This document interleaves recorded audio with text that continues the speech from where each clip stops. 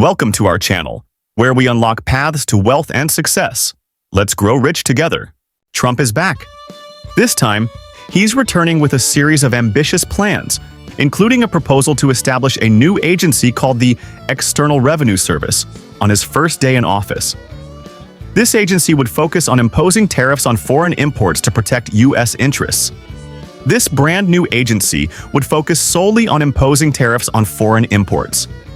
Trump's goal is crystal clear: to redefine global trade rules and secure maximum benefits for the United States. Many view this as Trump's attempt to reshape the global economy with aggressive strategies.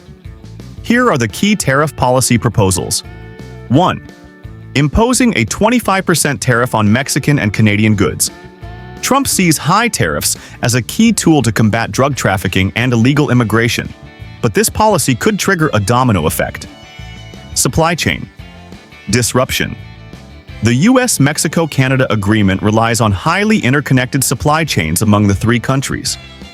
High tariffs could completely disrupt this system. Many U.S. businesses depend on parts and raw materials imported from Mexico and Canada. With tariffs raising the cost of these goods significantly, companies might have to rethink their production strategies. This would not only increase production costs, but could also lead to delays in delivery schedules, creating a double blow for manufacturing and consumer markets. For example, the auto industry heavily depends on Mexican parts imports. High tariffs could drive up vehicle costs and force companies to relocate supply chains, adding short-term uncertainties. Consumer pressure. Tariffs on Mexican parts would directly increase the price of cars in the U.S., placing a heavier burden on middle and low-income families. For households that rely on cars for daily commutes, this could mean noticeably higher monthly loan payments. Such price hikes might also alter consumer behavior, leading more people to buy used cars or postpone upgrades. These shifts could significantly impact the vitality of the car market. Retaliation from trade partners. Mexico and Canada might respond with high tariffs on U.S. agricultural and energy exports, escalating trade tensions further. This could hurt the export volume of U.S. agricultural products, directly impacting the economic lifeline of agricultural states in the Midwest. Canada, a key partner for U.S. energy exports, might impose restrictions on oil and natural gas, increasing costs for American energy firms. This two-way trade conflict would harm both sides economically and create a more complex business environment, destabilizing supply chains and undermining market confidence. 2. Imposing a 10% tariff on Chinese goods. This policy continues Trump's tough stance on China, aimed at curbing its economic expansion and bolstering U.S. strategic competitiveness. Impact on the tech industry. U.S. tech companies heavily rely on key components imported from China, such as chips, screens, and battery modules.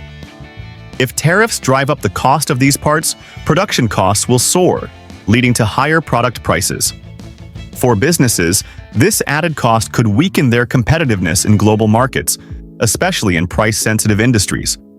Moreover, finding alternative suppliers to replace China in the short term would be challenging, further hindering the industry's development.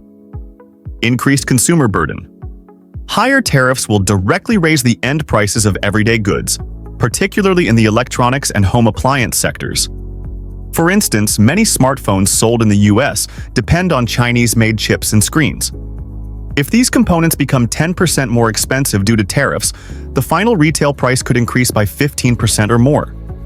A $1,000 high-end smartphone might end up costing an additional $150 to $200. This price surge could push consumers to delay upgrading their devices or opt for cheaper alternatives.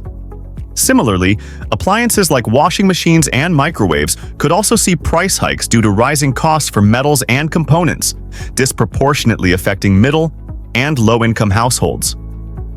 Ultimately, such price increases might alter family budgets and dampen overall consumer market activity. Geopolitical risks. This policy could intensify tensions between the U.S. and China, particularly in areas like high-tech and military competition. Both sides might adopt tougher stances, such as China restricting rare earth exports to retaliate, while the U.S. could impose additional sanctions on Chinese companies.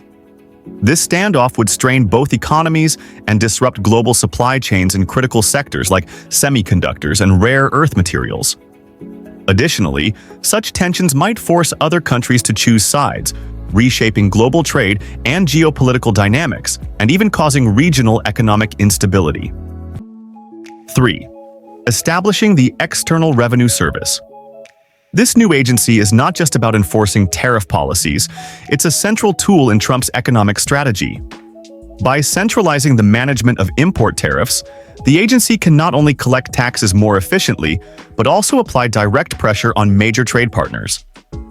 For instance, by imposing additional fees on imports from specific countries or industries, the U.S. could gain leverage in trade negotiations. The establishment of this agency also signifies America's intention to redefine global trade rules and assert its dominance in the international economic system, while simultaneously weakening the economic influence of its competitors. So, what's Trump's real intent behind these moves? Trump's tariff policies are not just economic tools, they are also a means of solidifying his domestic political position. By emphasizing the America First agenda, these policies reinforce his support among core voters. At the same time, tariffs serve as a powerful weapon for applying pressure on other nations, forcing them to make concessions and securing greater benefits for the U.S. In essence, tariffs are both a bargaining chip for domestic affairs and a weapon for international diplomacy. Trump clearly understands that American voters, especially blue-collar workers and residents of Midwestern states, deeply care about protecting the domestic economy. By raising the cost of foreign goods entering the U.S. market, his high tariff strategy openly demonstrates support for American businesses and workers. This approach has led some companies to reconsider relocating production lines back to the U.S., creating more domestic jobs. Moreover, high tariffs allow voters to feel that their government is standing firm to protect their interests. This sentiment strengthens Trump's support in these key constituencies, reflecting the America First philosophy, not just as a policy, but as an emotional connection with the electorate. Beyond domestic gains, Trump's tariffs aim to weaken major trade competitors and consolidate America's leadership in the global economy. He adopts a targeted approach, focusing on critical sectors like China's tech industry and the European Union's automotive sector, forcing them to compromise at the negotiation table. This strategy is not merely about economic interests. It's a message to the world that the U.S. seeks to redefine global trade rules and enhance its economic influence. For instance, in trade talks, the U.S. could use this pressure to demand lower trade barriers or negotiate better terms for multinational companies entering the American market. In the long term, this approach ensures that the U.S. maintains a dominant position in global economic competition and lays a solid foundation for future international affairs. Through tools like the External Revenue Service, the Trump administration aims to take the lead in global order. If these policies succeed, the U.S. could reshape trade rules and bolster its manufacturing competitiveness, securing a leading role in the international economy. However, the risks are equally significant, from disrupted global supply chains to deteriorating international trade relations, and even a potential slowdown in U.S. domestic economic growth. The long-term outcomes of these policies remain uncertain, particularly in critical sectors like technology, agriculture,